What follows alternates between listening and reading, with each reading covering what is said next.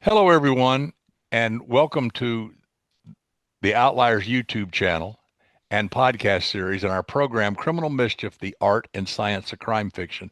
I'm your host, DP Lyle, and today we have a great guest. Uh, we have James Latois, a good friend. Jim's been a friend for a long time. He's now a mucky muck at MWA. He's also a best-selling author, and he's been nominated for a bunch of awards. You know, a Lefty, an Anthony, a Silver Falchion, a McCavity, a bunch of other stuff. And he's the best-selling author of some wonderful, wonderful books. But this is Criminal Mischief. We're not talking about books per se. Today, we're going to talk about Jim's time in prison. Yeah. And it's long and involved and very unusual. I know a lot of our writers out there write crime fiction, and I know that you have characters that are either heading to prison or been to prison or are actually in prison, and so I think you'll get some insight in it. So, Jim, welcome. Good to see you, Doug, and thank you for having me Always a here. pleasure. So, your expertise in the prison world includes a lot of different hats you wore, but it Yeah, started when you were very, very, very young. it Tell, did. tell us about that. Yeah, it's a little bit of a different experience or background. I actually grew up in prison. My dad was a career corrections guy, so we moved all over the state. He was a death row sergeant at San Quentin. One of my earliest memories is with my mom picking him up after graveyard shift early in the morning.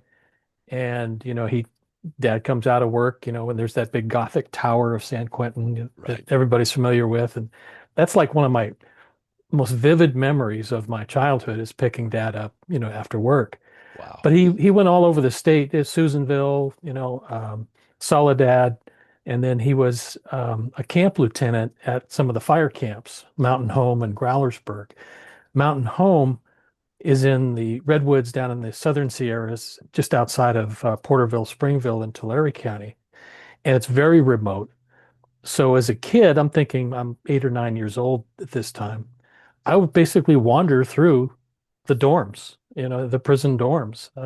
I got my hair cut by the prison barber, learned how to raise racing pigeons from one of the other inmates who they had a racing pigeon program at the camp. Um, One of my earliest playmates was the gardener who would wheel me around in the wheelbarrow while he was doing gardening work around the camp and the residences. Um, so it was a different exposure to that life, looking back at it now. Um, and maybe that's why, I'm not too quick to judge people by the crime they commit, but there's a story behind that. And maybe that's why I ended up writing crime fiction and didn't realize that was the connection until years later. So as a kid, you weren't isolated from the prisoners in at least some arenas, and you actually intermingled with them all the time. I did. Yeah, I did. Yeah, sat on the back kitchen dock with this older black inmate who was trying to teach me how to play blues guitar. Wow. My hands weren't big enough to make the chord shapes or anything at the time, but I could make some neat noises. And yeah, he was, just patient and just, spending some time with this kid who was interested in music. Did you have any serious criminals that were housed there, or they more minor crimes? Back then, and we're talking, ancient history, in my life, that's probably in the 60s, 50s, yeah, 60s. You could be a lifer doing life for murder and make your way to a camp setting. Yeah. So that gardener that was wheeling me around, Mhm. he was doing life for his part in a bank robbery. So you had people there in prison for serious offenses, but their behavior in prison kind of they were able to graduate to a less restrictive setting. Wow. Yeah, Wow. What a childhood. it's I was different. playing Little League Baseball. Yeah, and we talk about this every once in a while. I'm not sure it was a neat background, neat experience, or just bad parenting. I'm not sure which it was, but here we are. Somewhere in there. Yeah, And so do you believe, obviously, did this experience then lead you into your career? it did, but not directly. I didn't, intend to end up in the corrections field. I remember in high school, applying for colleges, wasn't sure what I would wanted to do. But then something about criminal justice kind of started ringing a very familiar bell. And my high school offered one of those ROP programs where you could earn college credit while you're still in high school, and you'd go to the local junior college, take a couple of college classes. And they had this package of criminal justice classes. So I did that while I was in high school, and it just kind of, felt like a familiar place, a familiar, world that I'd seen and been in, but it kind of made me, go that way. Um, and it helped me decide which college I was going to go to because criminal justice at that time, there were two kind of major universities that had that specialty. One was John Jay University on the East Coast, and Sacramento State had one of the ranking Hmm. programs, and that's where I went. And so you studied criminal justice, and then after that, you moved up the chain. Give us a thumbnail of your career after you got out of school. Yeah, actually, it started while I was still in school. I was doing my graduate work, and I needed a job that would basically let me, read and write my thesis. So I found a juvenile hall graveyard shift as a juvenile hall counselor in a local county juvenile hall. And yeah, they would let me, monitor the kids at night and read my work, write my thesis. And, it just kind of graduated into that. And then following the juvenile hall experience, that's when I started to get into the probation work, and I was a probation officer and went through that series before I went to prison. And then when you moved on to prisons, you were one of the director level, uh, I guess we'd call it executive level, as is where you finally reached to. Yeah, finally got there, but I started as a correctional counselor at Folsom prison, and that correctional counselor is like a classification lieutenant. So you would design the programs for the individuals and see where they could program the institution, what custody level they would be at, and if they needed transfer out of a prison to another location, you would kind of facilitate that movement. I did that for a while. Then went to classification services where went all over the state managing inmate bed usage. Not every prison bed is the same, so you need to find the right bed for the right inmate, and that can be a hassle when you've got 175,000 inmates and you're trying to find the one bed that they can fit in the system. So it was a little bit like Tetris, doing that. But yeah, then I worked transportation. I was a hostage negotiator. And when I retired, went back to prison as an associate warden. And then when I retired, I was the director of California's parole system. Right. Um, yeah, I wanted to talk a bit about hostage negotiations. Obviously, that's a special field. Um, how did you get into that and garner the skills you needed to be effective at that? Yeah, a lot of it is communication skills, but each prison has a emergency response team, a CERT team, um, and it's much like a community SWAT team, but with the CERT, the tactical component, we also had a hostage negotiation team attached to it. So there were a number of people on the team, but I was a primary negotiator, so I was the one who would directly talk to whoever, was either barricading or holding a hostage or whatever. I'd have a secondary negotiator, and that person's role is to keep everybody away from me. And that person would talk to the warden's office or local law enforcement or a CERT team commander, and then feed back that information to me. We had a CERT team liaison who was on site, with the team before we'd make entry. And usually my location was offset from that. We could do direct negotiations, but typically it was offset and in a location where we could, do what we needed to do quietly. We went through FBI training, to get this. We took over Camp Roberts down in the old Central Coast. There was an old army base, and we lived there for a week, just doing intensive hostage negotiation training. It was a lot of fun. Yeah. Well, I know obviously the first step in these negotiations, whether if they're shouting through a megaphone or talking through a Right. door or on a telephone or Yeah, whatever means of communication you're using. The first thing, obviously, is to develop some kind of rapport and some kind of exactly. trust. What did you find were the best tools for you being able to communicate, to develop Uh, that line? yeah, and you hit it exactly right. You've got to find some kind of common rapport with that hostage taker, because as long as they're talking to you, they're not harming, who they've got in there. So you just keep them talking, find some common ground. It's kind of like small talk at a cocktail party. You find that one thing that they want to talk about, and you just keep, pulling on that thread. Could be, you know, you try to figure out what triggered this event. Like we know he just had a visit. So did something go wrong during that visit? Did Mama tell him that they were gonna get divorced or something like that? So you try to find out what that is, and you just start talking through it, and what he sees as the resolution of this. What does he hope Right. happens? And you just kind of keep talking about it. Okay. Yeah.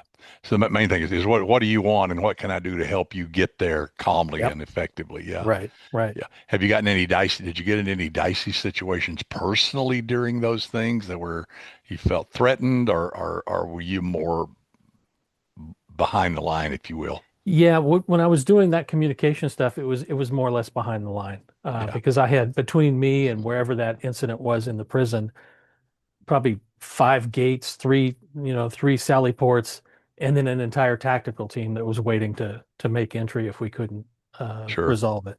Yeah. Well, you mentioned several levels of incarceration. Can Mhm. you kind of give us a thumbnail for how the stratification of the different types of prisoners that and Yeah, what it's like for them, sure. each level? I mean, what do they do? What's their day like, and what's their restrictions, and what are they allowed? Yeah. Every prison system does it a little bit differently, but California being the largest in the nation, and the feds are kind of pretty much aligned. They have a level of security, and it's level 1 through 5 or 1 through 4. Um, in California, it's 1 through 4. Level 1 is that minimum security setting, like the fire camps or minimum support facilities at a prison. Those would typically be inmates who are serving not too much time. They don't have much time left, and they're currently for non-serious, non-violent offenses. So it could be drunk driving, it could be, some other property crime that got them in trouble, joyriding, vehicle theft, those kinds of things. Those would be the people that would be in that minimum security setting. Now, They spend most of the day outside their cell. Then, most of the day outside, yeah, and that's the other conception that people have, is that all prisons are cells. yeah, Um, Actually, probably 2/3 are in dormitory settings, right. and that's where the minimum facilities would be. It very much looks like a military barracks or a college dorm. You've got, just racks of beds, and people are out there doing their thing.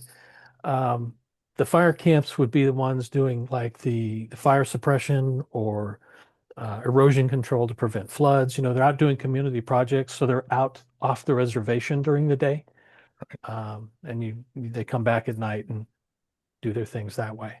That's the least restrictive setting, and then it kind of ratchets up. Level 2 would be um, still medium to minimum security, but you're behind a fenced perimeter. Still probably in dorms, large dorms, like at Avenal State Prison in the Central Valley. I think we have 6,000 inmates in that one facility. Um, so it's large, lower security.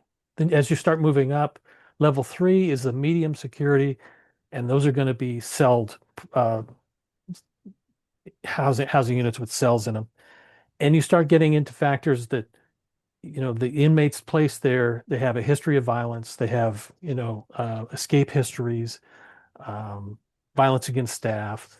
So you need them in more restrictive settings. So they'll be in their cells during the day or during the night, but they'll program during the day. So they'll go to work assignments, school, vocational programs, anything around inside the prison perimeter.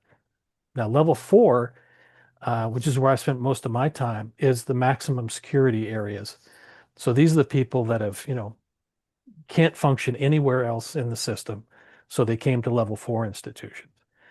So you're in your cell at night. You're still programmed during the day, but the security perimeter starts to get a little bit smaller, a little bit, less movement and more restrictive.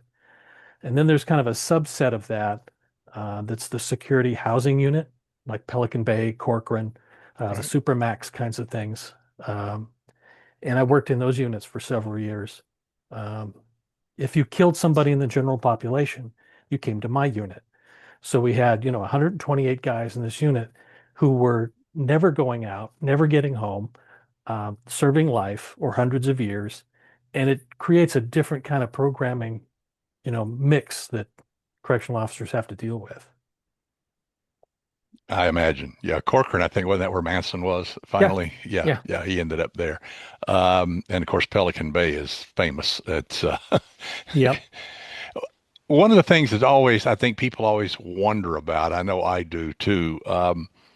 You hear about and this is not new. This went back. The mafia did it too. Even Gotti, you know, how someone in a prison, in a maximum security thing, is able to control their criminal enterprise out in the real world. Oh, yeah. How does that communication among the prisoners, when they're isolated so much of the time, Hmm. and to the outside world, how does that come about through what mechanisms? Yeah. I mean, it does happen. The Aryan Brotherhood and Mexican Mafia were notorious at, controlling their empire in prison, but also in the community when Right. most of them were locked away at Pelican Bay. So you would Yeah. think, well, how does that happen? Um, the Aryan Brotherhood would arrange, um, they would have an attorney basically set up a court hearing Right. and subpoena all the Aryan Brotherhood leaders, and they'd all go down to Orange County, and basically they would have a powwow about Aryan Brotherhood business.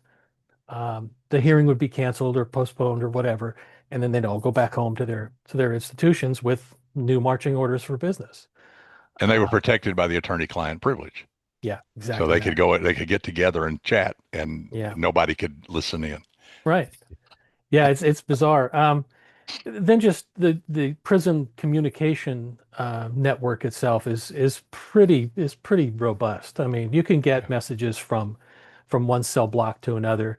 There might be a tier tender working in the unit who's sweeping another inmate who's sweeping the floors, and he'll be talking to a guy through the cell door. He'll take that message on down the tier to the next guy, and Right. that message gets spread, or a physical note or something like that.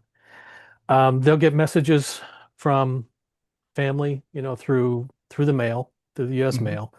Um, we screen the mail coming in and out. We'll read it, but the Northern Structure, Northern Mexican gang, was very good at coding um, their messages. So it would look like a regular piece of mail, but they knew which words to look for in their little codex that they would memorize. That and they would put liquid methamphetamine in the pages. So, Mm. that's how they would smuggle drugs in, one way to do that. Smuggling cell phones into the prison's a big deal. Um, either compromise staff or some other way to get those in. But yeah, they can control gang business, right from their phone.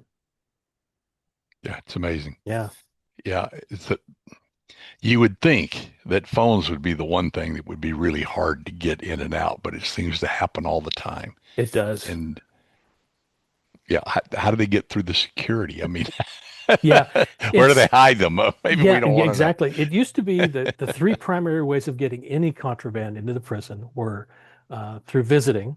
So you've got an exchange of things there. I mean, drugs have been smuggled in babies' diapers, that kind of thing, or just from the visitor through the mail, which is less likely to be a cell phone, and through compromised staff.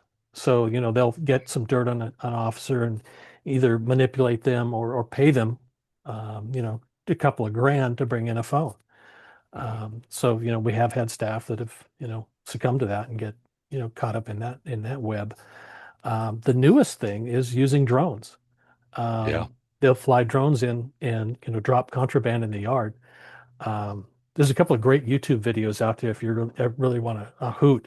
There's this drunk inmate out in the yard trying to catch stuff that's, falling from the sky. But yeah, it happens. They get really creative on how they send things in. That's funny. That is funny. So, you've worked in all levels Yeah. of prison lockup. Which did you find the most fun? I guess is not really a good word, but that's the word. Which did you enjoy the most? I mean, Yeah. I'd have to say working in the security housing units, that upper end, I enjoyed that a lot because you spend a lot of time with, these, serial killers and gang leaders, and you really got to kind of talk to them about, what got them here. And you learn a lot about their life and, what ended up there. But um, seeing how they operate and how they manipulate everybody is really interesting. Um, the Mexican mafia is a really good business model, if you will, yep, for a prison operation. Um, they'll do their business, whether it's drugs or extortion or whatever, but they're very careful about the boundaries of it. They don't cross racial lines. They don't, do anything to draw attention to it. I was walking on the tier. I had some business talking to some inmates, and the tier tender, a Mexican guy, was out there, just started, chewing on me about something, and it was, being disrespectful and all that kind of stuff. And I just, whatever. So I went, down, did my business, and the Mexican mafia leader in that shot caller in that housing unit said, "Hey, I'm sorry about that. He shouldn't have said that kind of stuff, but we'll take care of it." So I said, "Oh, okay, whatever." The next day I come in and that tier tender is all beaten up. He's black-eyed, he's all swollen face and everything. He doesn't say a word to me, not one. So what happened was this tier tender was drawing too much staff attention by that kind of behavior. So right. the deeper we start to look at stuff, we could uncover what, smuggling and things were going on in the housing unit. Well, they wanted to short circuit that. So they basically told that guy to shut up. And it wasn't out of some respect for me as a Right. correctional person. It was their business that they were protecting. Business is business. Business Yeah, is it's the business. business they're in. Yeah. Exactly. Yeah. Yep. Yeah. Don't shine a light over here. No. Yeah. We're all copacetic. Hmm. Um, the inmates at various levels, obviously, they're probably in different categories as far as those that just sit there and, I'm going to do my time and get out of here, Yep. maintain a low profile. I don't want any trouble. And there's got to be others that are just recalcitrant and say, I don't care what you do to me. Interesting enough, the quote Birdman of Alcatraz apparently was one of the most vicious prisoners on he was not like the movie portrayed him, and he Yeah. actually was at Leavenworth where he had birds anyway, not Alcatraz, but that's another story. But I think his name's Strasser or something. Stroud. Stroud. He was apparently a vicious human being. Hmm. Um, and then you have the others that actually work the system to become better Yep. so that they will have something when they get out. They are reformed, which of course was the purpose in the first place. Some is just Right. to isolate and some is to reform. Yep. Eh, you saw people at all different levels. Can you talk a little bit about that, the different types of prisoners that were in there? Yeah, I mean, you kind of hit on it. I mean, the whole idea of this was that penitentiary system, that penitence. You'd go in there and, make your peace with God or whoever, and come out a better person. But yeah, I think most of the inmates in the system want to do something productive to change the course, of their lives. They realize what they're doing isn't getting them where they wanted to be because, here they are. Um, but I don't think we do the right programming for the right inmates at the right time, generally across the board. Over 90% of these people are getting out. They're going back to the community. And if it's like California, we parole you back to that same location you came from.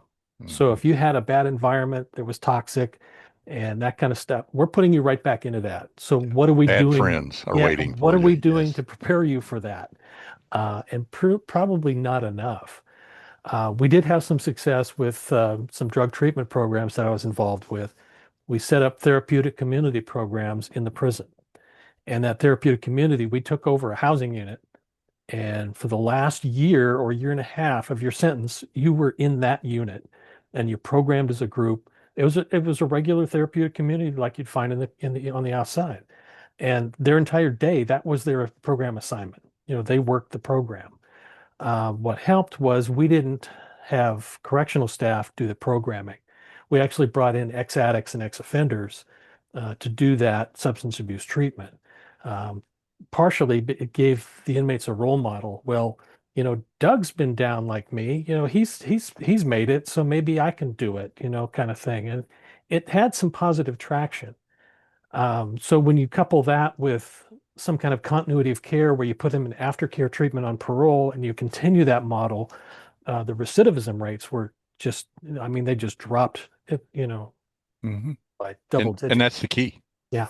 Yeah, yeah, Yeah. yeah. Well, the correctional officers that work there, how many shifts do they work? What hours do they work? Or do they live on property or do they live off property or all mix of all of that? Yeah. It used to be that in the when I know when my dad was still working, you could live on grounds. They called it bachelor officers' quarters, and you'd go to the BOQ and you'd sleep and then you'd go to work at night. Um, most of the most of the employees now, the correctional officers and staff, live in the community off grounds, so they commute in. Typically 8-hour shifts. Three shifts. There's three shifts during the day. Um, and it's with staffing shortages, you might have some double shifts, but it's usually just those, 5 shifts a week, and you've got Mhm. your days off. Um, but yeah, it can be a busy schedule if And you a get ton of lots of staff. protocols to know. Yeah, yeah, I mean, everything's structured, obviously, very much. Yeah, tons of protocols to go through. yeah, So, so it takes time for a newbie to get his feet wet and be on the front lines, if you will. yeah. I mean, we run them through the academy, and the academy is 16 weeks. I think Wow. they might have shortened it a little bit, but 16 weeks, and then we put them in a prison. And their first few months, we cycle them through all three watches. So they see all three different shifts, and the purpose of each one. The graveyard shift is that overnight shift that's pretty quiet generally, but you'll have that early morning lock unlock to get the kitchen workers going and that kind of thing. Second watch is the middle of the day, and that's where all of the major programming happens. So lots of movement. If there's going to be some issues that happen or riots or stabbing assaults, that's likely going to be the shift that most of them happen at. Hmm. And then third watch is that kind of transitional shift that takes the last part of the programming day and then locks everybody down at night. So it's a different kind of feel for each of the three shifts Yeah. and whatever that housing unit might be geared towards. Well, one of the tropes, obviously, in Hollywood and novels and everything else is the yard. Yep. So the yard, is portrayed as a very tribal place and very, very dangerous. Hmm. And I'm assuming in reality that's exactly correct. That's one of the things that they do capture correctly most of the time is this yard is kind of this gladiator pit. It can be. But yeah, even at Old Folsom, you'd have 500 inmates out in the yard, and prison self-segregates. So you'll Yeah, have, the black inmates on this side of the yard, the white inmates over here, and the Hispanic inmates over in this section, and they each kind of control that area. right. So you do see that. And then there's some neutral areas like the church, the chapel, the Greystone Chapel at Folsom. That's supposed to be a neutral area. And when stabbings happen in or near that, it's a big deal, and people get, all shook up about it. But yeah, it's a very Kind of like Cancun in Mexico. They yeah. try not to have They their try not wars to in have that stuff Cancun. there, but yeah, because the They tourist launder trade. the money through Yeah, there. we have inmate tourists that come through too. Yeah, yeah. Um, but yeah, it is set up that way, and it can be. Um, I know that in the let's see, in the early '80s, um, the Aryan Brotherhood was kind of this middleman between the Mexican mafia and the Black Guerrilla family. The Black Guerrilla family and Mexican mafia were at war, so Right. every day there'd be a stabbing. You know, one would go after the other. But the Aryan Brotherhood was in the middle selling weapons to both. Yeah. So it was like this, they're doing the economy piece of it, but yeah, everybody was just out to get each other. So staying in those areas where you're supposed to be was important. And then that's where people would go and look for somebody. Like if the gang gave a green light to hit somebody, you know, they'd go out and look for him on the yard and find him there. How aware was the staff that the rumblings were coming and trouble was coming, or did some of them just bang happen? Some of them they kept pretty quiet. Most of the time, you could tell something was going to happen. Right.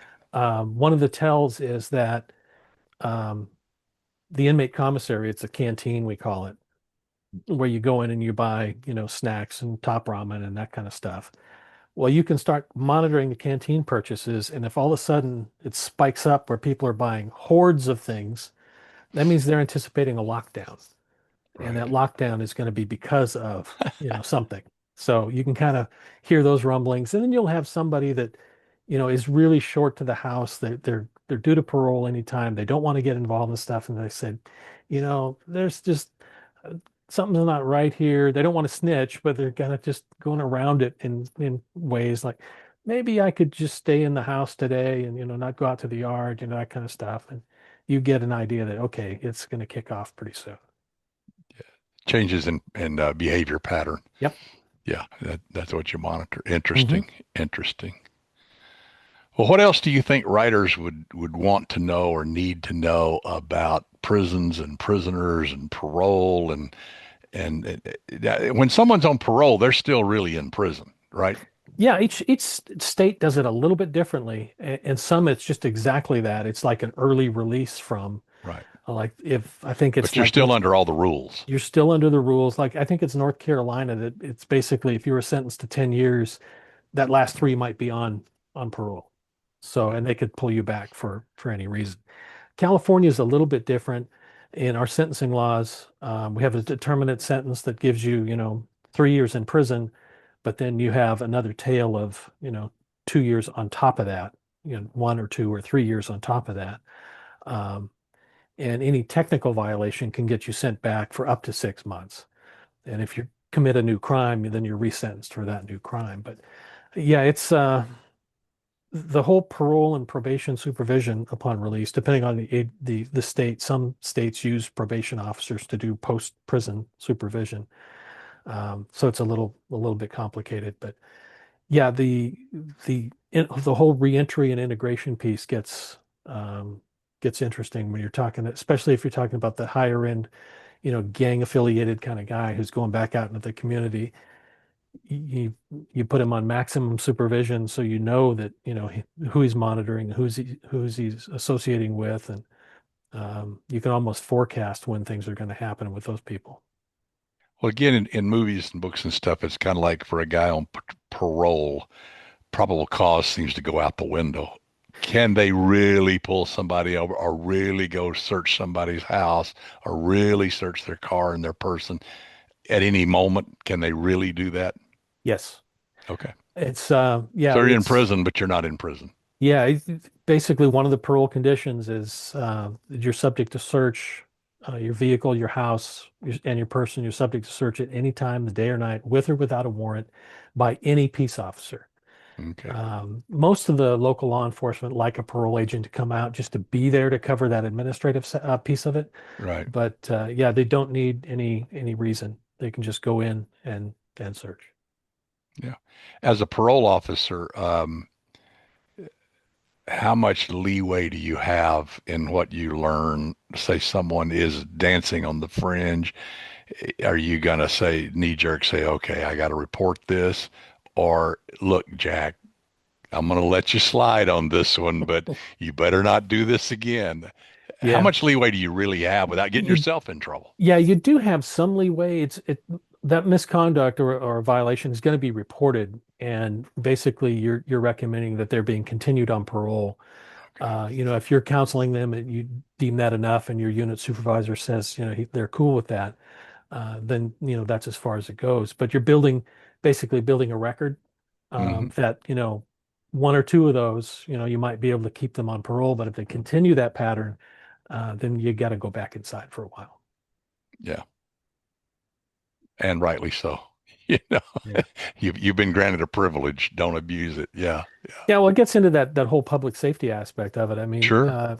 you know, it might be, you know, what we call technical violations now about, not reporting your residence change or not reporting as directed. But where's that leading? When is that going to start triggering into, property crime and then violent crime? So you kind of have to reel that back in. And currently, if you know, and you may not, since you're out of it now, the recidivism rate for various things, is it still as high as it used to be, or I think it have we is. made any impact? I don't think we've made the impact. I think it's still as high as it has been, and that's been in the 70% range for years. They try to change the way that they report it in California by not having people on parole supervision after they release. So there's a class of inmates now that All right. they get out, that's it, no supervision, no nothing. Well, then there's no technical violation to, bring them back. So the recidivism rate looks a little lower, but then you're picking them up with new crime. So it's, Yeah. Yeah. What was it Mark Twain said? There's lies, damn lies, and statistics. there you So, go. There you go. there you Yep. go. Well, this has been fantastic. Anything else that you think writers would be interested in knowing? Um, Yeah, I think there's a point where you want to be true to the story about what's really happening, in prison in that convict's life. Um, but there's a little bit you can get away with as a fiction author that you don't have to nail it. And there's one really good example of that is Reacher, the show Reacher. yeah. Um, there's a scene in that where Reacher is big, goes to this local jail and this skeevy little correctional officer is giving him all kinds of hard time, is threatening to, search him.